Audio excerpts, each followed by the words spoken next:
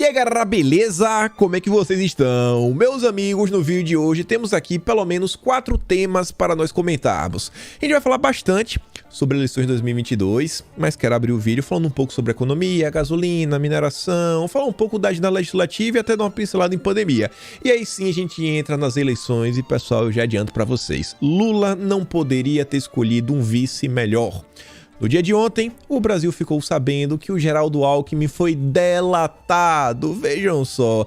E a gente vai ter que comentar sobre isso. Vamos ter que comentar sobre algumas alianças que o PT vem fazendo, o Disseu nos bastidores, falar também sobre a preocupação do Lula, que Bolsonaro segue crescendo aí nas pesquisas. Quero até comentar rapidinho sobre um instituto de pesquisas, algumas informações que eu acho que são relevantes, né, sobre quem está por trás, que é um diretor de um tal instituto que fez as pesquisas ontem aí, né, que foram divulgadas na imprensa.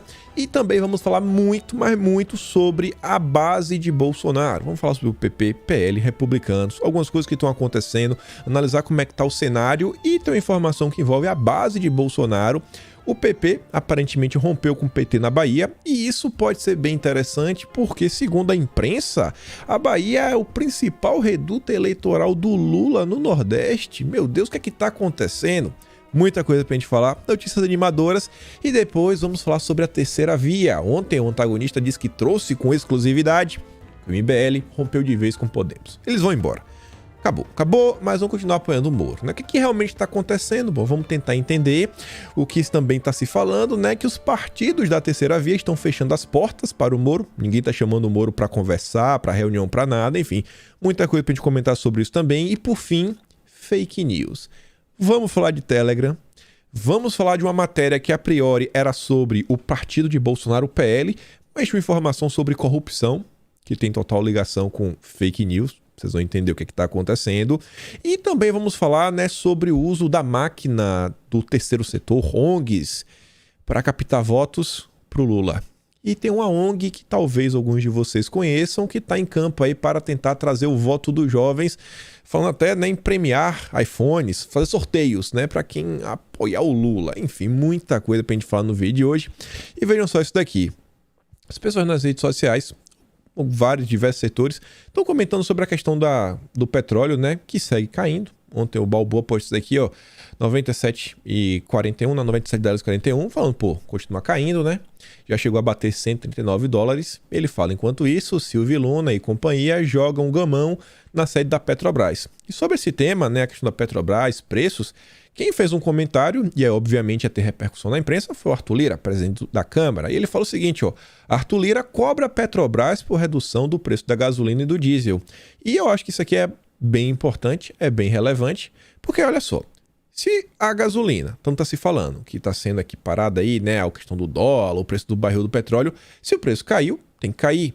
E mais importante do que isso, a gente vê mais pessoas pedindo, né? Porque não dá para todo dia a responsabilidade ficar nas mãos de Bolsonaro. Bolsonaro tem que intervir em tudo. Bolsonaro fala, pelo amor de Deus, né? Ajuda aí, ajuda o povo.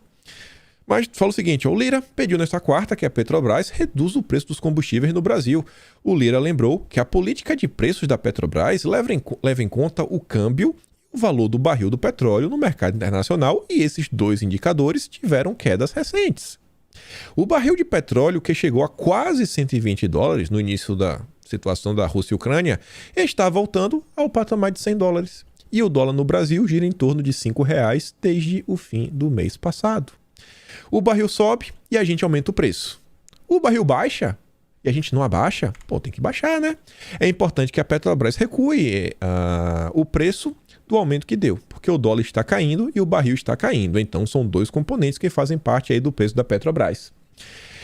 Abre aspas, não posso avaliar, né, se o Luna e Silva faz um bom trabalho ou não. Não tenho uma visão interna da Petrobras, não tenho um relacionamento interno da Petrobras. A única crítica que eu fiz foi realmente que a Petrobras não precisaria ter dado um aumento do tamanho que deu de uma vez só.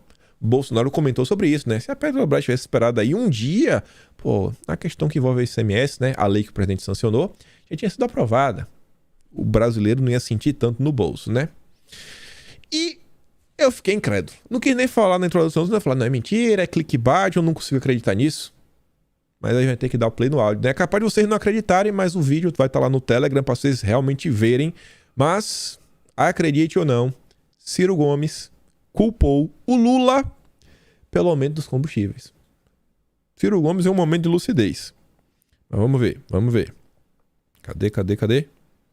O combustível explodiu de preços no Brasil por uma e somente uma razão. Uma razão. É que a Petrobras está para atender o acionista minoritário, estrangeiros e brasileiros, a quem você, Lula, vendeu o capital não votante, exigindo que a Petrobras maximize o seu lucro no curto prazo. E aí ela custa $10 para produzir um barril no pré-sal, quando ela chega na ponta, já com os impostos, com tudo, fica $30 e a Petrobras está cobrando $100 pelo barril de petróleo. Essa diferença de $70 não é a BR Distribuidora, Lula. Você sabe disso, você está mentindo para o povo brasileiro para sair da responsabilidade daquilo que você fez. E o que ele fez? O que o Fernando Henrique fez igual. Vendeu a Petrobras para o acionista minoritário. Como vocês veem, o Lula insiste em confundir efeito com causa. E não é por ignorância, não. O Lula é muito esperto. Rapaz. Quem fez esse recorte foi o Liberdade Direita LDR, o Vinícius compartilhou. O Ciro Gomes não só deixa claro e explica para o Brasil porque o Lula é culpado, como ainda diz, né, que o Lula é igual ao FHC. Ciro Gomes em um momento aí de sincericídio, né, como se diz. E olha só, empresa canadense quer dobrar projeto de potássio em área perto de terra indígena. Não é na terra indígena, é perto. Inclusive essa região aqui de Altazes, o próprio Omar Aziz, já pediu que, pelo amor de Deus, né, a coisa tem que avançar. Proprietário do Brasil Potash vem tentando desenvolver depósito de Altazes há mais de 5 anos, mas o projeto foi interrompido por preocupações ambientais. A gente comentou sobre isso. Por mais que o projeto não seja, exemplo, em terra indígena, é perto, aí tem que fazer tipo um levantamento, um estudo, fazer tipo um quiz, né? Vamos fazer aqui uma pesquisa. O que vocês e o pessoal aqui acha vai ter impacto na região de vocês? Vocês deixam que a gente explore? Ainda tem isso. Mas não, né? O pessoal tenta problematizar o assunto, né? Fingir que não, que estão querendo tirar proveito dos índios, quando não é isso que está acontecendo. Já falamos mais de uma vez. A PL 91, que é a tentativa do governo federal de o quê? Tornar o Brasil autossuficiente em fertilizante. Simples assim. Se tornar, né, um grande player no mercado mundial. Que não depende de ninguém, né? Aí, a gente tem comida, a gente produz muito, não depende de ninguém. A gente tem tudo que a gente precisa. Respeito ao Brasil.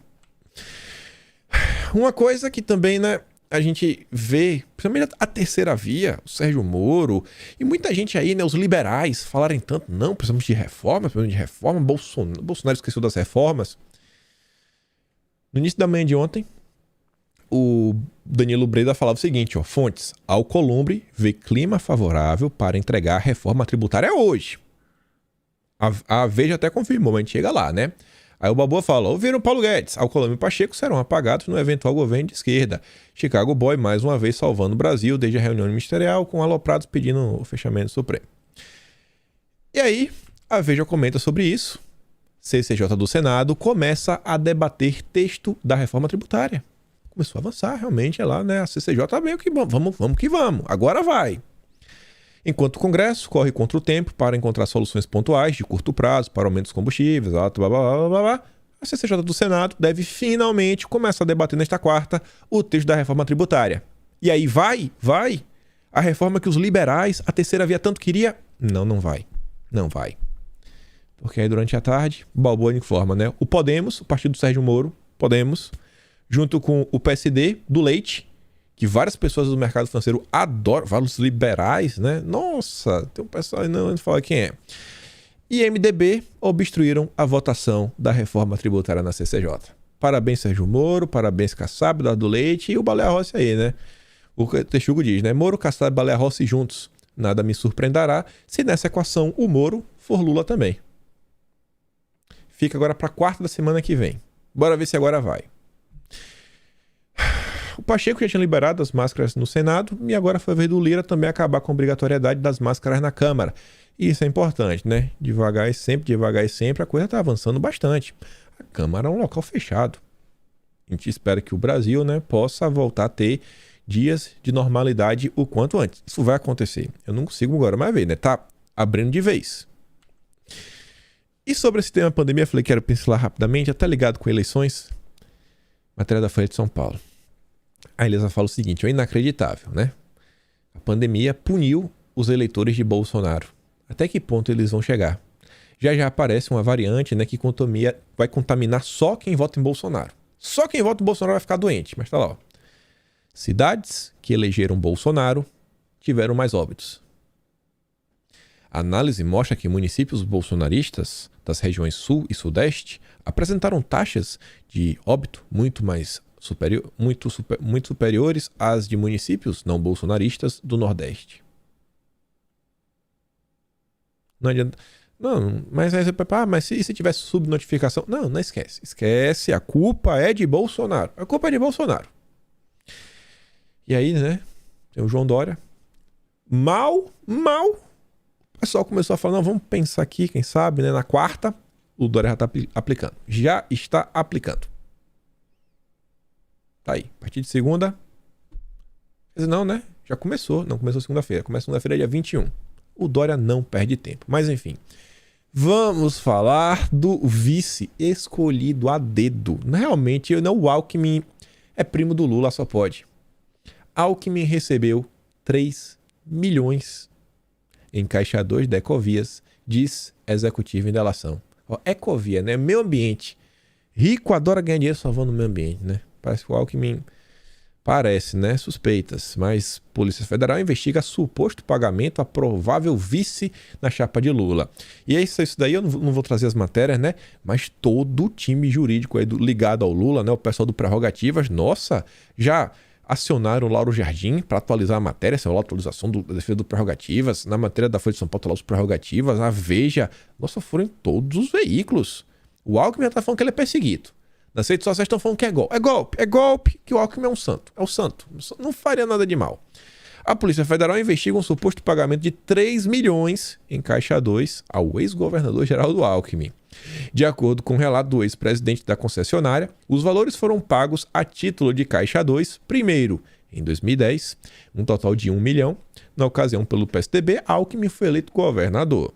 O valor, segundo o depoimento, foi pago em dinheiro ao cunhado do Alckmin, Ademar Ribeiro.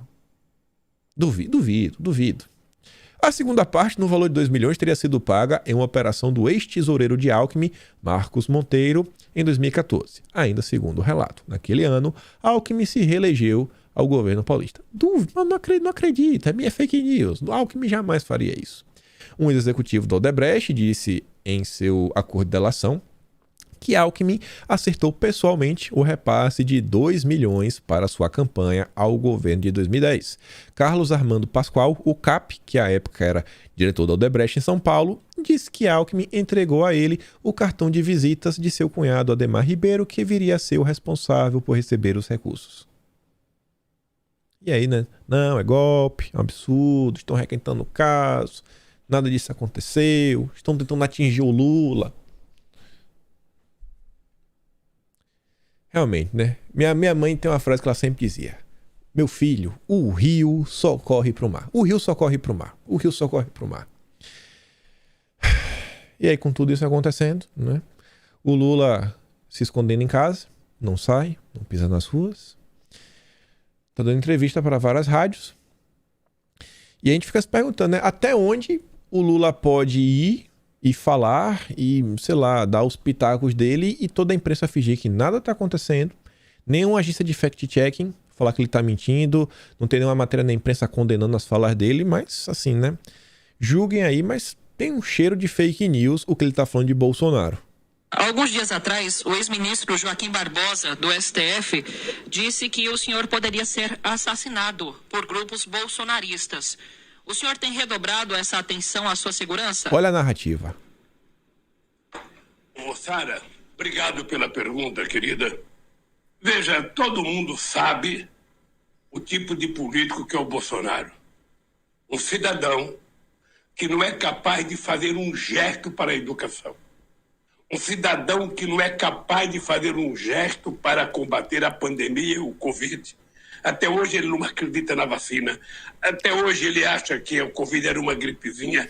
Até hoje ele não foi solidário a nenhuma criança, nenhum velho, nenhuma pessoa que morreu do Covid.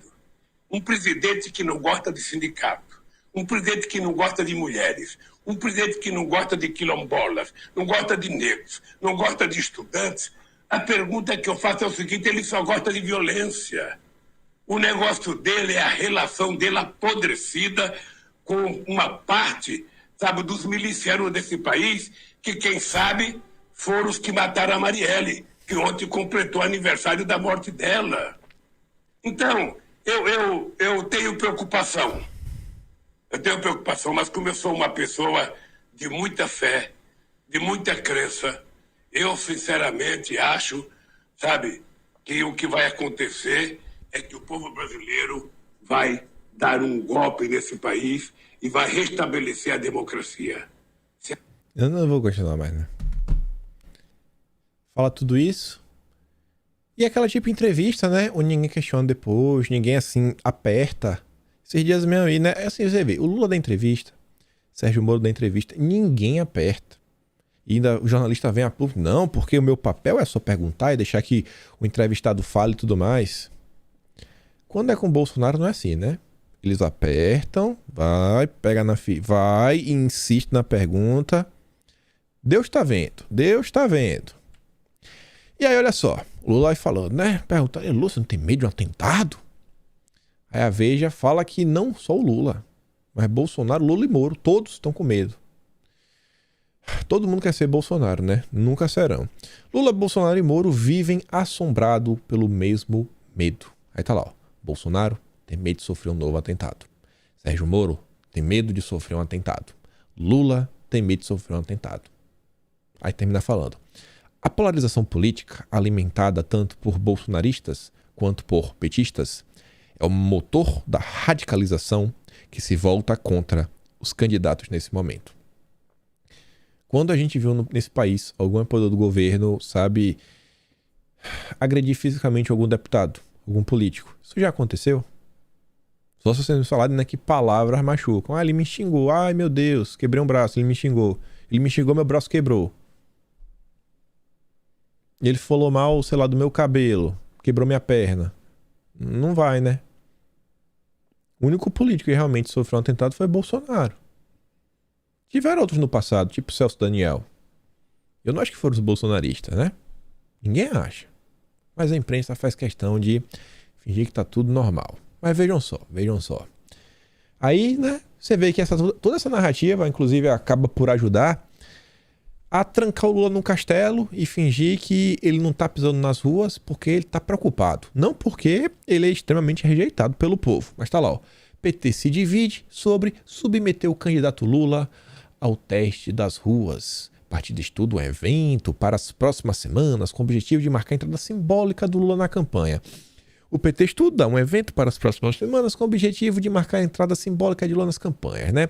Uma ala defende que a festa seja na rua. Outra, mais conservadora, avalia que seria melhor manter o cacique petista na segurança de um auditório fechado. Não, olha só, tem que guardar. Agora o melhor de tudo é essa daqui. Parece que vai ter, né, realmente aí o Lula na rua. E o pessoal, inclusive, já sabe quantas pessoas estarão na rua. 10 mil irão receber Lula e Requião no sábado em Londrina. Já tem 10 mil pessoas, viu? Como é que ele sabe disso? Não sei. Mas ele sabe. É um vidente. É um vidente. Eu nunca vi a imprensa falando assim, não. Sei lá, vai ter 400 pessoas ali no Conde Bolsonaro. Vai ter tanto. Do de Lula já sabe, vai ter 10 mil. Vai ter 10 mil. Confia. É tudo orgânico. Tudo orgânico. Ah, Zui, né? Público contado, né? Interessantíssimo. Muito interessante. Muito interessante. E aí, às vezes também a imprensa pode estar inflando os números. Ontem saiu uma pesquisa, né? Da Quest. O Provedor 247, né? Deu repercussão falando o seguinte. Lula vence no primeiro turno com 50,5% dos votos válidos. Indica a nova pesquisa da Quest. O Lula vinha... Todo mundo falando que, né, que o Lula tá cada dia mais improvável. O Lula falando que não tá difícil de vencer. A Gleisi Hoffmann falando, pô, tá difícil de vencer. Tabata do Amaral. Todos os veículos de imprensa. E aí, no momento que o PT tá ruim das pernas, né, tá cada dia pior. Isso é uma pesquisa que bota o Lula de novo com 50%. Estranho, né? Muito estranho. Óbvio que é estranho. A gente vai ter que comentar um pouco sobre essa pesquisa. Mas enfim, ó, Lula vence no primeiro turno. Lá vem a história de novo. Aí a Bia do STF fala o seguinte: o PT falava sério quando disseram que iriam investir pesado nas mídias sociais. Pegaram seu marqueteiro, deram uma pincelada de instituto de pesquisas e a mágica aconteceu. O que é que a Bia tá tentando falar com isso? Bom, ela trouxe aqui a pesquisa da Quest, né? Lula 44, Bolsonaro 26, Moro 7. Ora. Quer dizer então que o diretor, né? Ela botou proprietário, não sei se é proprietário, sei que é diretor, do Instituto de Pesquisas Quest já foi marqueteiro do PT e do PSDB. E aí você vê, ó, o diretor da Quest, Felipe Nunes, ela coloca aqui algumas matérias com informações sobre ele. Mesmo sem nome cravado para comandar a campanha à reeleição, o governador Fernando Pimentel buscou consultoria em fevereiro com o cientista político Felipe Nunes, coordenador do Centro de Estudos Legislativo da Universidade Federal de Minas Gerais. Anteriormente, o Filipinho prestou consultorias para as campanhas que elegeram a Dilma em 2014.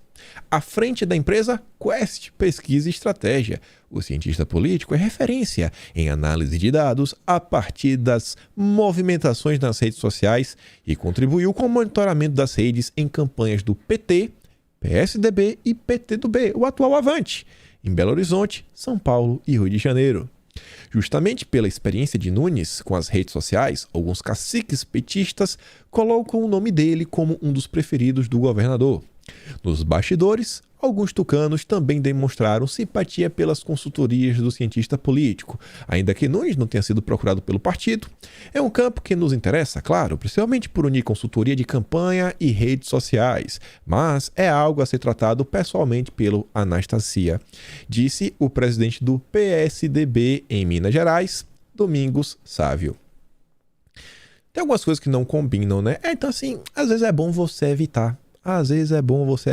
Sei lá, ter um estudo de pesquisa quando você já trabalhou com consultoria política, tipo o PT, né? As pessoas podem questionar os números. Mas, independente disso, independente se os números são verdadeiros, não são verdadeiros, que o Lula vence no primeiro turno, tem uma tendência que parece que está se consolidando. Mesmo que o Lula apareça aí com não sei quantos %, atrás do Estadão. Governo Bolsonaro tem melhor avaliação desde agosto. Mesmo esse instituto aí, colocando o Lula vencendo, tá falando, ó, o governo não tem a melhor avaliação. Então, meio que consolida que todos os institutos de pesquisa vêm demonstrando um crescimento de Bolsonaro. Lula tem 44% e Bolsonaro sobe para 26%. Subiu. Aponta a pesquisa da Quest. No cenário estimulado para o segundo turno, Lula segue vencendo todos. Mas Bolsonaro tá subindo, né? Subindo, tá diminuindo a diferença. O Lula está estagnado. Acho que esse primeiro turno não vai levar não, viu? Não vai levar, Lula. Não vai levar. E olha só que interessante. Tem uns vídeos que eu não me fazia essa pergunta, porque acaba por ficar normal. Só que eu me deparei com essa manchete e eu falei, pô, bicho, você vê como é, né? O ser humano tem uma facilidade de se acostumar com o que é bom. Também se acostuma com o que é ruim, né? Mas a gente se acostuma com as coisas. Eu tava lembrando das eleições de 2018, vocês devem lembrar também, quantos e quantos vídeos a gente não via rodando no WhatsApp, no YouTube. Diversos meios diferentes que chegavam pra gente. Bolsonaro chegava no aeroporto lotado. Bolsonaro na cidade X, de carro. Um mundaréu de gente. E a imprensa nunca mostrava isso. E a gente viu, né, desde 2019 até agora, e por isso que a gente se acostumou, né, basicamente 4 anos, que Bolsonaro, onde ele vai, um mundaréu de gente tá com ele. Aonde ele vai. Então, assim, isso ficou normal aos nossos olhos. Mas isso não é normal, gente. Porque nenhum político consegue colocar tantas pessoas nas ruas para apoiá-lo como Bolsonaro faz. Fora as manifestações, né? Se criou um novo tipo de manifestação no Brasil, onde o povo vai pra rua não pedir a cabeça dos políticos, mas para pedir que, pelo amor de Deus, deixe um presidente governar, ou para apoiar um presidente. Foi um fato inédito, assim, acho que se a gente procurar na história do mundo, a gente não vai achar. Mas se tornou normal o Brasil. E a imprensa nunca noticia isso. Sempre silêncio. Quando tem manifestação para Bolsonaro, golpistas, antidemocráticos, bababá, tititi. Quando da esquerda, sei lá, 1 bilhão de pessoas nas ruas. Pô, mas no Brasil tem 200 milhões de pessoas. Cala a boca, tem 1 bilhão. A gente tá falando, a gente fez essa matemática aqui, tem que acreditar na gente. E Bolsonaro ontem foi na Bahia. Foi na Bahia. Aí o Globo fez essa matéria. Bolsonaro é recebido com xingamentos e vaias por estudante na Bahia. A Globo nunca fala assim, né, da quantidade imensa de pessoas. Quando fala é o seguinte, Bolsonaro promove aglomeração. Teve vaia lá? Teve vaia. Teve vaia. Jovens, adolescentes. E grava isso, porque vai se conectar lá no final do vídeo quando a gente falar de fake news. Os jovens reclamaram. Beleza, isso realmente aconteceu, não é fake news não. Mas por outro lado, né, falando em pesquisa, olha esse Datapovo. Esse pessoal aqui não tá xingando o Bolsonaro não. Não tá. E agora vamos ver alguns vídeos, né? Foi vaiado? Foi vaiado lá pelos jovens, pelos estudantes. Mas vamos dar um bisu aqui, né? Em alguns momentos. Bonorinho em alguns momentos. Vamos lá, Bonorinho, vamos lá. Será que tinha gente na rua? Ó.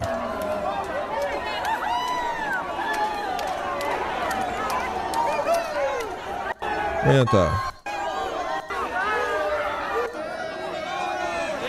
Aqui foi... Ah, mas foi aqui, só o pessoal na frente. Ele, Bolsonaro tava parado. Calma, calma.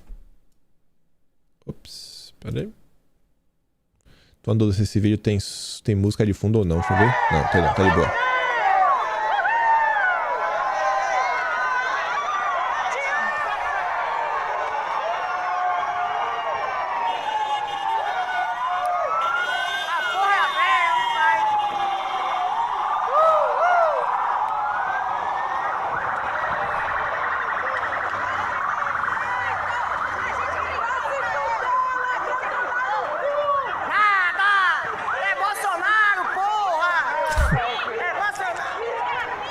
Tem um pouquinho de gente, né? Aí tem esses aqui. Eu acho que esse vídeo aqui da Lu Sapelli tem... Não, esse aqui não tem som não de fundo. A imagem tá meio travada. Presidente, é pro senhor... Por favor, Secretaria de Cultura. Conseguimos falar com alguém? O presidente Bolsonaro levou minha gravura, velho. Consegui entregar pra ele. Cara, eu conheço esse bicho. Eu conheço esse cara. Agora não lembro onde é. Eu não sei se esse cara é da TV. Nossa, velho. Vou ter que ligar minha mãe.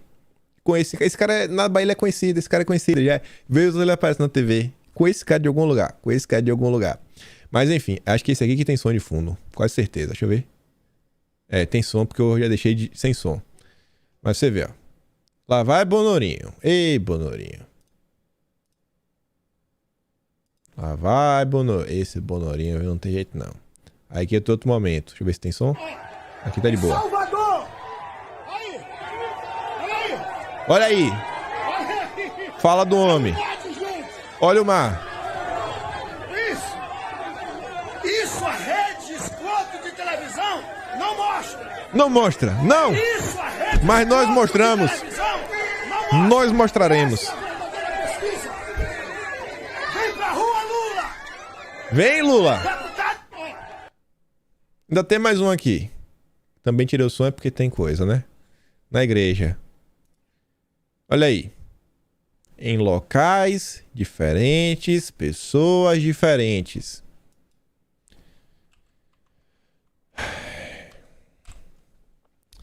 Bolsonaro é recebido por xingamentos. Tá entendendo, né, velho? Joga abaixo.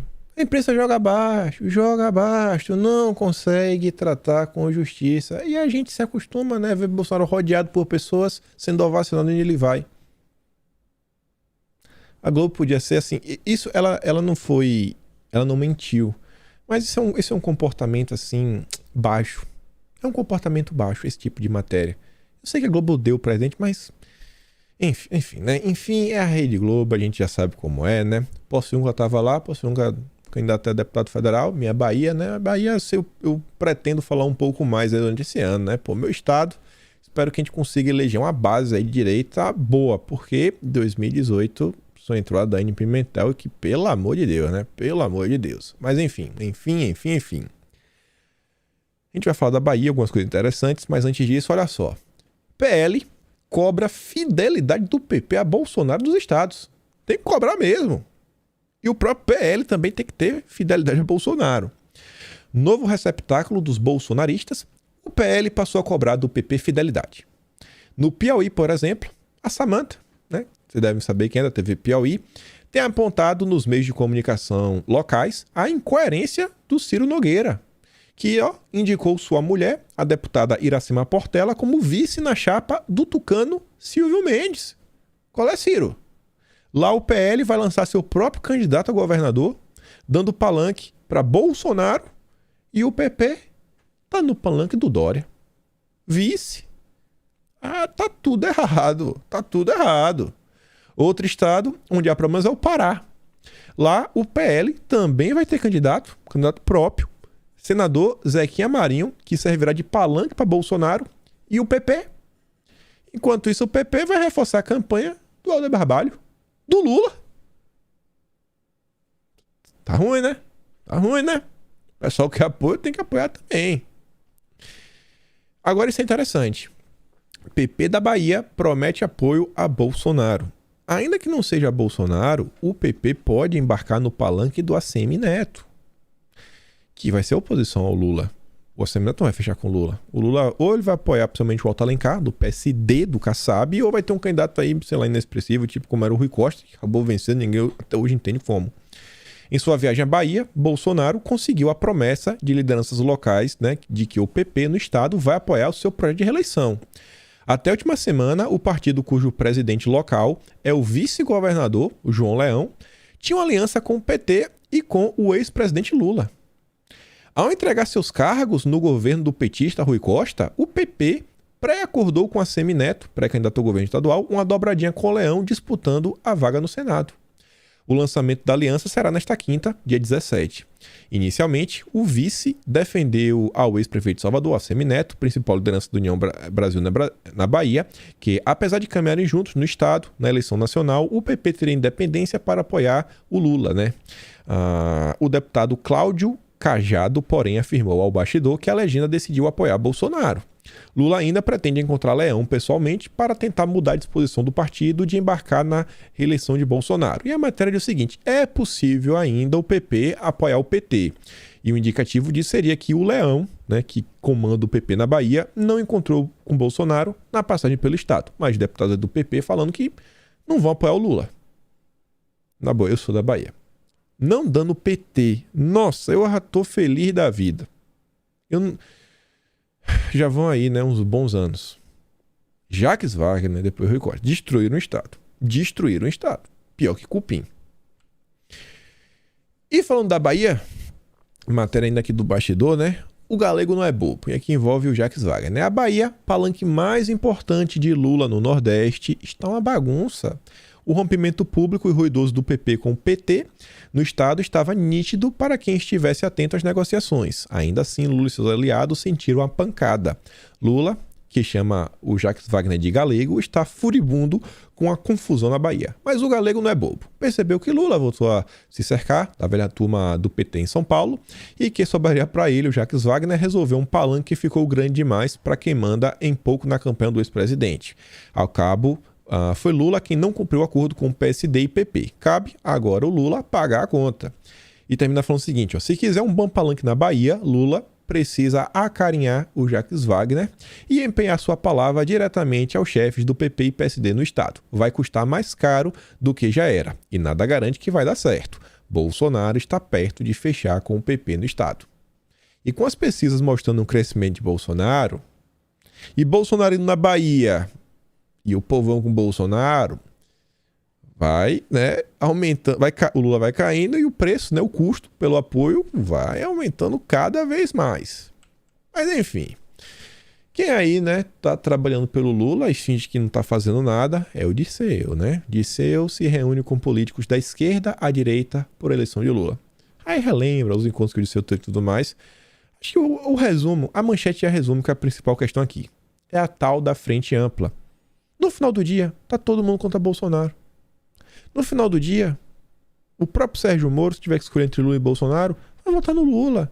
Porque ele vai falar que o Bolsonaro, né, atenta contra a democracia, contra as instituições, não dá. É melhor ter Lula, porque pelo menos Lula é um democrata. É ladrão, mas é um democrata. O Sérgio Moro vai falar no final dos dias.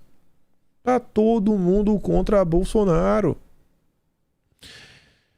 Isso daqui é só mais um indicativo, não precisa ler a matéria, mas o Lula foi na Argentina,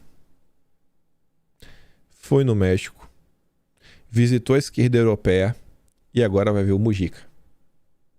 O Lula tá aí, né, já mandando um recado para todo o Foro de São Paulo para falar, ó, se eu voltar, é nós que voltamos. É o Foro de São Paulo que vai voltar a ter poder na América Latina. Mas tem gente aí que continua apoiando, né? Mas enfim.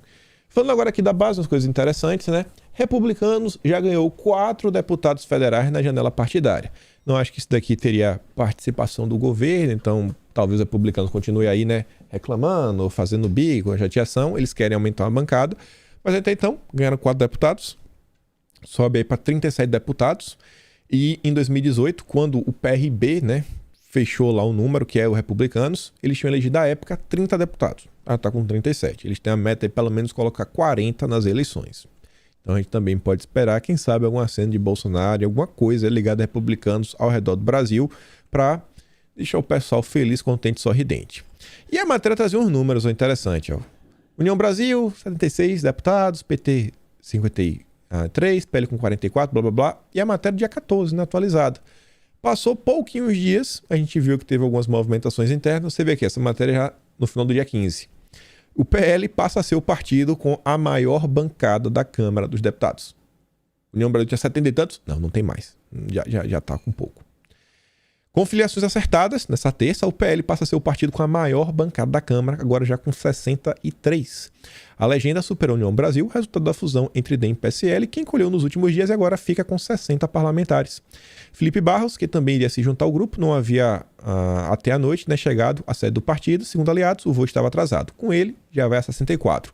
Nos próximos dias, a cúpula do partido espera contar com pelo menos 65.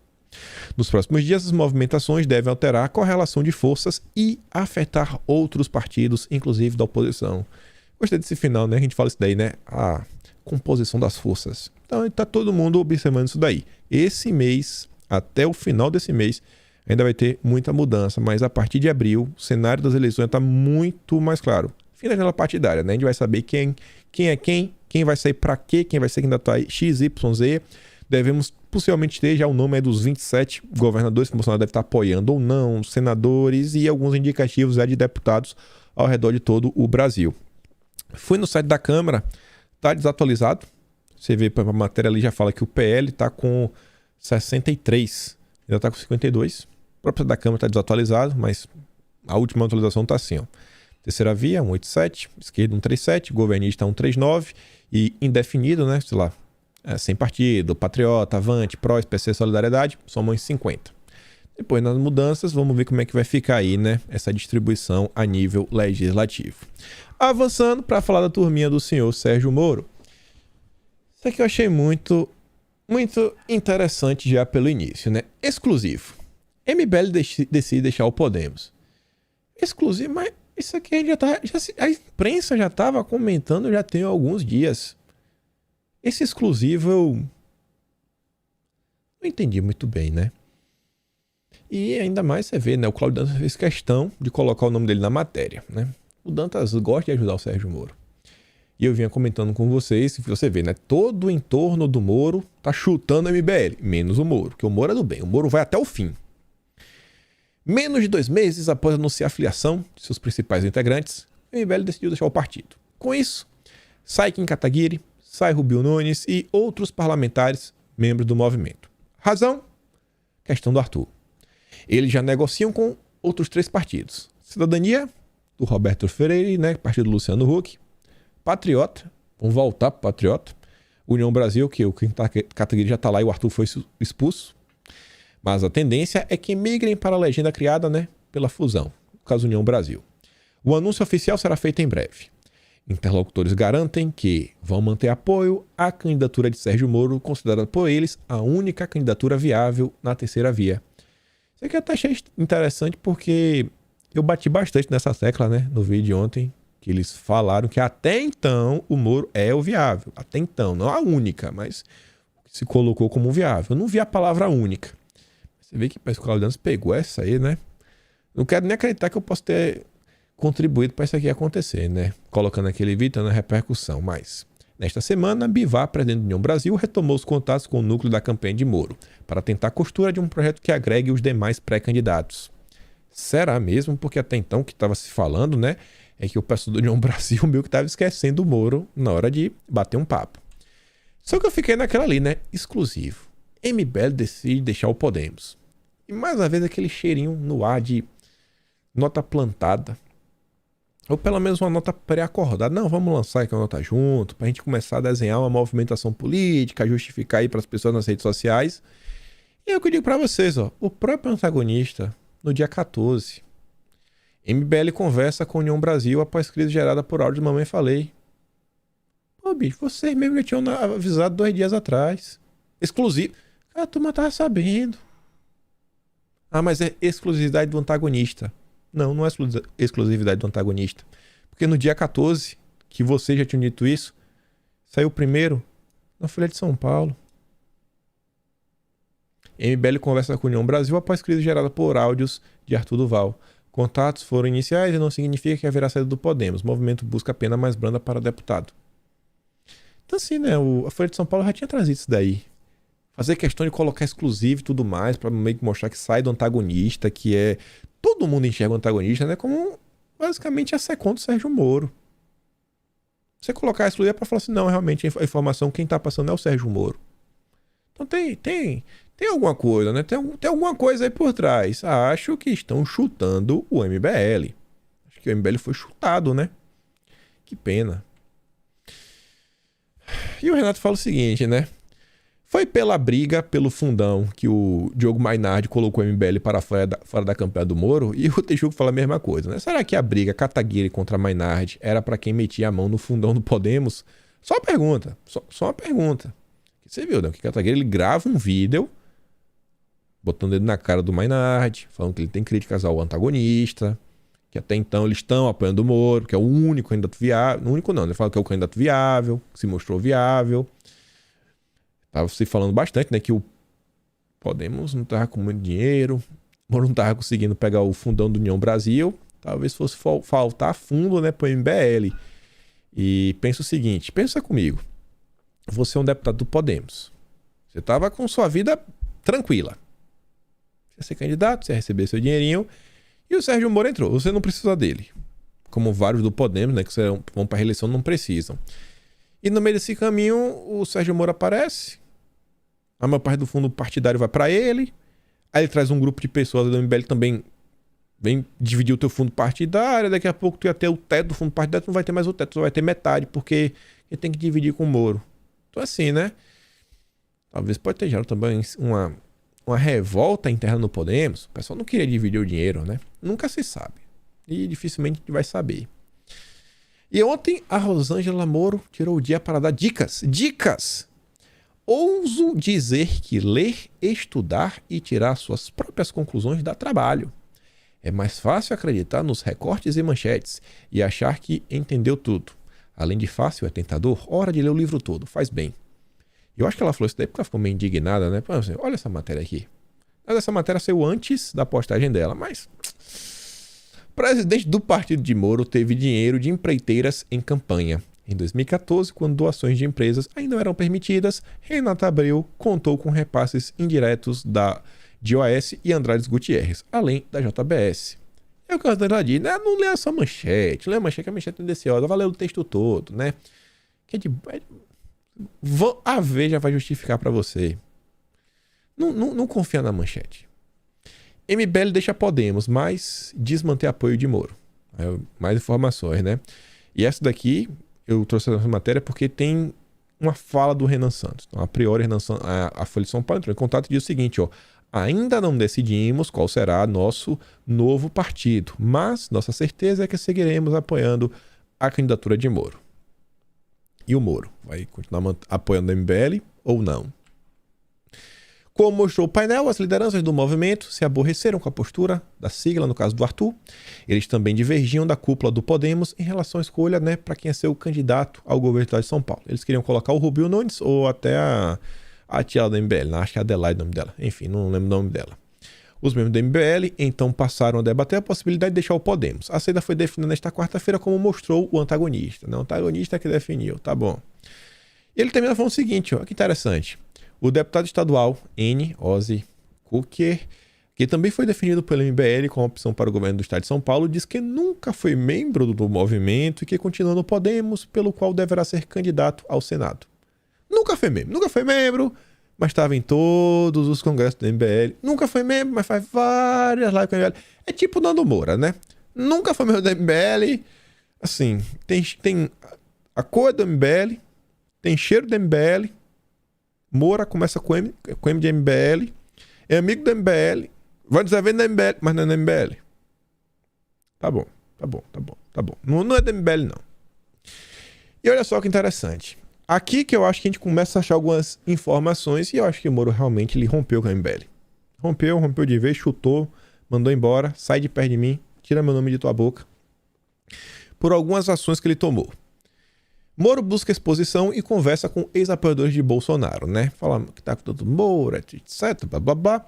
Embora o ex-ministro da Justiça diga que está tudo em paz em relação com o MBL, né? Na prática não é bem assim. Moro não quis rifar o apoio ao grupo por completo, mas começou a isolar os cabeças do movimento de discussões da campanha na tentativa de contenção de danos. Um grupo de WhatsApp que reúne o Conselho Político e tinha membros do MBL vive em marasmo desde o episódio do Mamãe Falei. O Moro já criou outro grupo de WhatsApp, tirou a galera, né, do MBL, estão conversando lá, fingindo que não, tá tudo parado. Conselho Político. O pré-candidato do Podemos está montando um grupo paralelo com Álvaro Dias, Oriol Visto, Renata Abreu e Santos Cruz. Só peça rara. E mais um indicativo que o Moro realmente escanteou. Moro contrata empresa do Nordeste para gerir suas redes sociais. Exatamente a função do MBL. A contratação foi sugerida pelo Girão. Surfou no bolsonarismo e agora tá aí, né? Cara. O Girão, né? O Girão tem que aprender um pouco em um que é a lealdade. Ele não sabe o que é isso. E o Moro ousou a falar que, por mais que ele negue a terceira via, aí realmente está considerando, né, que o Moro deva ter um mínimo de consciência, tirar sua candidatura e vir como senador. Por São Paulo, quem sabe. Conselheiros de Sérgio Moro recomendaram que ele participe das conversas que estão sendo realizadas entre MDB, PSDB e União Brasil sobre a definição de um candidato único da chamada terceira via. As siglas trabalham com a perspectiva de apoiar um nome só para a disputa do Planalto até o início de junho. A avaliação é que Moro atualmente, estagnado nas pesquisas de intenção de voto, pode ficar aliviado da decisão caso não se aproxime desde já do grupo que trabalharia ainda com os nomes de Simone Tebet e João Dória para o posto. Moro tem que se aproximar. Podemos, quem? O Podemos, de Sérgio Moro, não tem participado dessas conversas. Justamente por isso, os aliados defendem que ele marque posição. Quem não é visto não é lembrado. Moro está escanteado, a própria terceira via está tesourando Sérgio Moro. Tem nenhuma chance, né? Mas segue lá tentando. E o nosso general aqui, né, com essa gravata vermelha, realmente fazendo jus, né, um grande melancia. O Moro quer que o Santos Cruz seja candidato ao governo do Rio de Janeiro. Fazer oposição ao Cláudio Castro e ao Marcelo Freixo. Vai lá, Santos Cruz. Vai que vai dar certo. Confia no Moro. Só pra gente fechar esse... Acho que fecha esse assunto aqui agora sobre o Moro. Depois já muda o assunto. Mas é o seguinte, ó. Líder caminhoneiro diz a investidores que a chance de greve é 95%. Será que realmente vai ter greve? Mas o caminhoneiro do Sérgio Moro, o Dedeco, o Wanderlei, do Podemos, estava com os banqueiros do Credit Suisse, que o Moro recentemente estava, para falar que vai ter greve. É mole? Não quero acreditar que o Sérgio Moro está trabalhando para ter uma greve no país. E aí já sendo assunto Sérgio Moro, mas falando só de alguém ligado a ele, né? O Fernando Henrique, que ele não quer melindrar o apoio. Aí ele fez essa pequena colagem de 4, né, notícias Folha de São Paulo, ontem. FHC questiona a reeleição no Brasil em documentário sobre os seus anos de mandato. Documentário. Até o Clinton está presente. Não pode ter mais reeleição. E a Lisa relembra, né? Emenda constitucional da reeleição completa 20 anos. Aqui, bonitão. FHC foi beneficiado por PEC da reeleição após compra de votos. Compra de votos. Deputado conta que votou pela reeleição por R$200 mil. Aí agora, né, ele tá arrependido. Agora ele tá arrependido. Na época foi 200 mil. Pelo menos que ele contou, né, o deputado. É muita cara de pau. E chegando aqui ao final, e não menos importante, uma matéria do Estadão ontem. Era para falar sobre o PL, né? Apesar de mutirões, PL perde mais filiados do que ganha desde a chegada de Bolsonaro. Aí tá falando de filiados, né? Não de políticos. Mas enfim, aí lá no fim da matéria, e o Estadão normalmente ele costuma soltar uma coluna pela manhã, que ele traz no início o tema principal, e depois ele fala assim, de alguns assuntos variados. Aí o último parágrafo foi o que eu achei mais interessante. Pacotão. Alessandro Vieira, Tabata Amaral, Felipe Rigoni, do chamado Gabinete Compartilhado. Olha só, parece que os três estão num gabinete compartilhado. Compartilham nas coisas. E a gente sabe que tanto a Tabata, né, quanto o Felipe Rigoni são da famosa, né, bancada do Lema.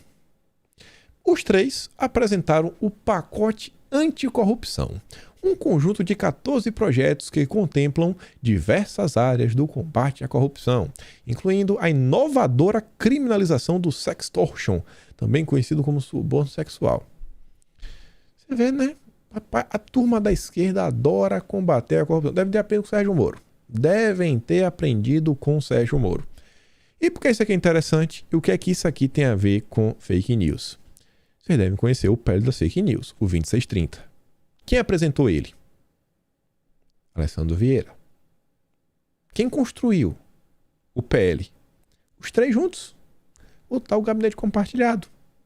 Esse trio não só combate a corrupção, como inventou o PL da 2630. Esse post aqui é de 2020, mais ou menos ali de 24 de abril, que foi da época da saída do Sérgio Moro. Eu só copiei de um vídeo antigo, né? Lá, acho que foi dia 25 de abril de 2020. Junto com outros deputados e o apoio de pesquisadores e sociedade civil, leia-se institutos, ONGs, apresentamos um projeto para barrar as fake news no Brasil. E tá lá, ó, sai onde? No Estadão, aquele jornal que a gente sabe, né? Por que meu mouse não tá funcionando? O mouse pode funcionar, bicho? Pô, sorte que eu tenho dois mouses aqui, né? O outro mouse tá funcionando. Tabata Amaral, Felipe Rigoni e o Alessandro Vieira que não tá aqui, né? Aí está no Estadão. O jornal da Terceira Via, o jornal que apoia o Compliance, Agenda Verde, a Agenda 2030 e tudo mais. Na época que o Moro saiu do governo, o Moro que tanto combate a corrupção, tava rolando várias coisas, né? Aí você vê, ó. Olha o que aconteceu na época. Maio de 2020, 1º de maio. Rigoni com Luciano Huck. Rigoni, que é também do Renova BR. Como a Tabata também é. A pandemia causada, blá blá blá, isso, aquilo. Infelizmente, em locais como o Brasil, a desigualdade é extrema, os efeitos podem ser ainda maiores. Lá vai ele. Naquele momento ele também falava, em 2020, assinamos 2 ações importantes hoje. Ambas têm o mesmo foco: enfrentar os desmandos de Bolsonaro, que age em benefício próprio e esquece dos restos problemas do país em meio à pandemia. Falamos do controle de armas e investigações da Polícia Federal. Tudo para combater a corrupção. É da turma do Sérgio Moro. É da turma do Sérgio Moro. E quando o Moro saiu, percebam, dia 27, Moro. Esse post aqui é interessante, ó. Eu cheguei a comentar isso em vídeo. Não vou abrir aqui não, porque eu tô com esse mouse. Esse outro mouse aqui, ele tem uns problemas. O scroll não funciona, não vou conseguir abrir o vídeo certo. Mas quando o Moro saiu do governo, até então ele nunca tinha usado o verbete fake news. Pelo menos não no Twitter. Não tinha nada do Moro falando fake news. E aí o Moro ele fez essa post no dia 27, onde ele não usou fake news. Ele usa... bicho, eu vou abrir o vídeo, velho. Vou dar um jeito. Quem sabe faz ao vivo. Vamos cá. Esse mal tá ruim, mas dá certo. Pera aí. Pera aí. Aguenta um pouquinho. Vocês vão entender o que eu tô querendo falar. Pronto. Vai até mudar o fundo. Pronto. Vai até mudar o fundo. Vai ficar assim, ó.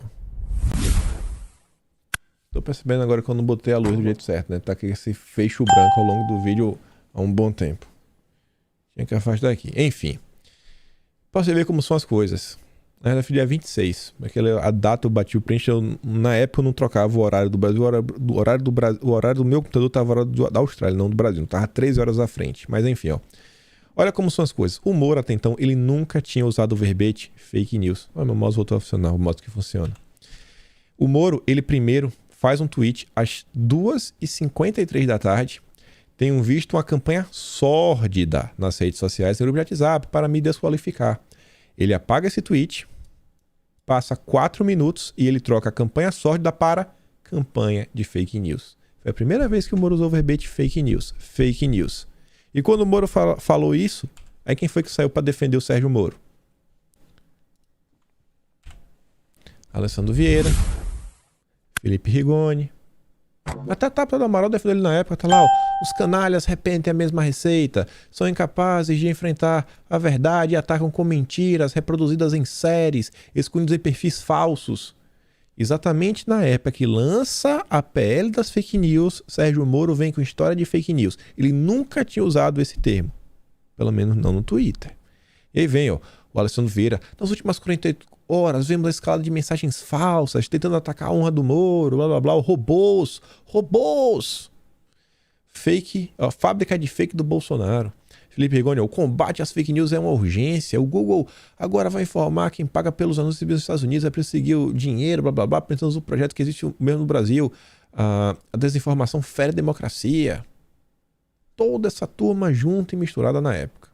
Toda essa turma junta e misturada. ONGs, institutos, tudo mais.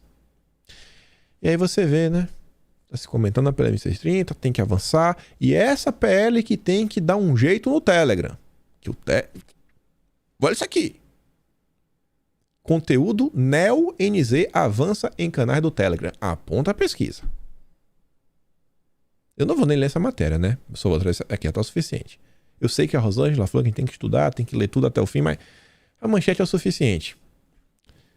Você vê como as coisas vão avançando, né? Alguns discursos que o pessoal vai aplicando, ou como alguns movimentos ficam mais claros depois que o tempo passa.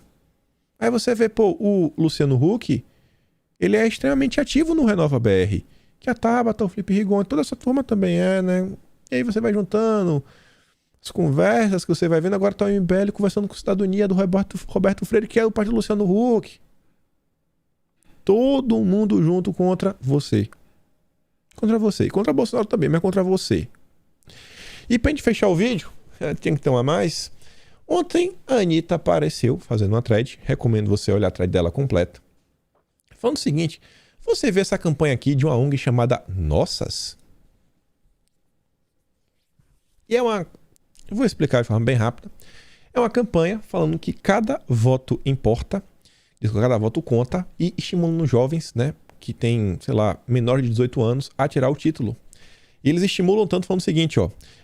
Não perca tempo. Tire agora seu título de eleitor, convença seus amigos a fazerem o mesmo e concorra a prêmios pela campanha Cada Voto Conta. Tem iPhone, Nintendo Switch, Kindle com Vale Livros.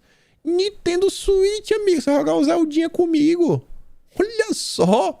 Nossa, queria eu ser menor de idade agora, concorrer ao Nintendinho. Ficar feliz da vida. Aí, né? Olha quem apoia. Vários institutos aí do terceiro setor, ONGs. Sobre a Nossas, não sei se vocês vão lembrar, mas ela entrou em destaque em mais ou menos 13 de novembro de 2020 como aparentemente a ONG por trás do site do Sleep Giants. Aí e o Renato falava na época que essa ONG, a Nossas, ela foi financiada pelo Pierre Omidyar, o bilionário por trás do eBay, que também é o financiador do Intercept. A Gazeta do Povo até fez várias matérias na época, né? Conheça a ONG, dona da plataforma, que criou um site usado aí pelo pessoal do Sleep Giants. E a gente termina falando o seguinte, ó. Tem disponível material para os professores incentivarem a retirada de título. Até para professor ajude em sala de aula. Olha aí, olha o professor. União da Juventude Socialista, já pensou em, sabe, no seu primeiro voto ser para tirar Bolsonaro? E já tá aqui, ó. E a Elisa pergunta, né? Será que isso aqui não é crime eleitoral? Não, Elisa, não é. Contra Bolsonaro vale tudo. Ficamos por aqui. Dá aquela curtida, dá aquela compartilhada. Se inscreve na minha rede, se gosta do meu trabalho, se membro do canal, meu apoio pelo Patreon, sem sombra de dúvidas. Nos vemos amanhã. Fui, meus amigos.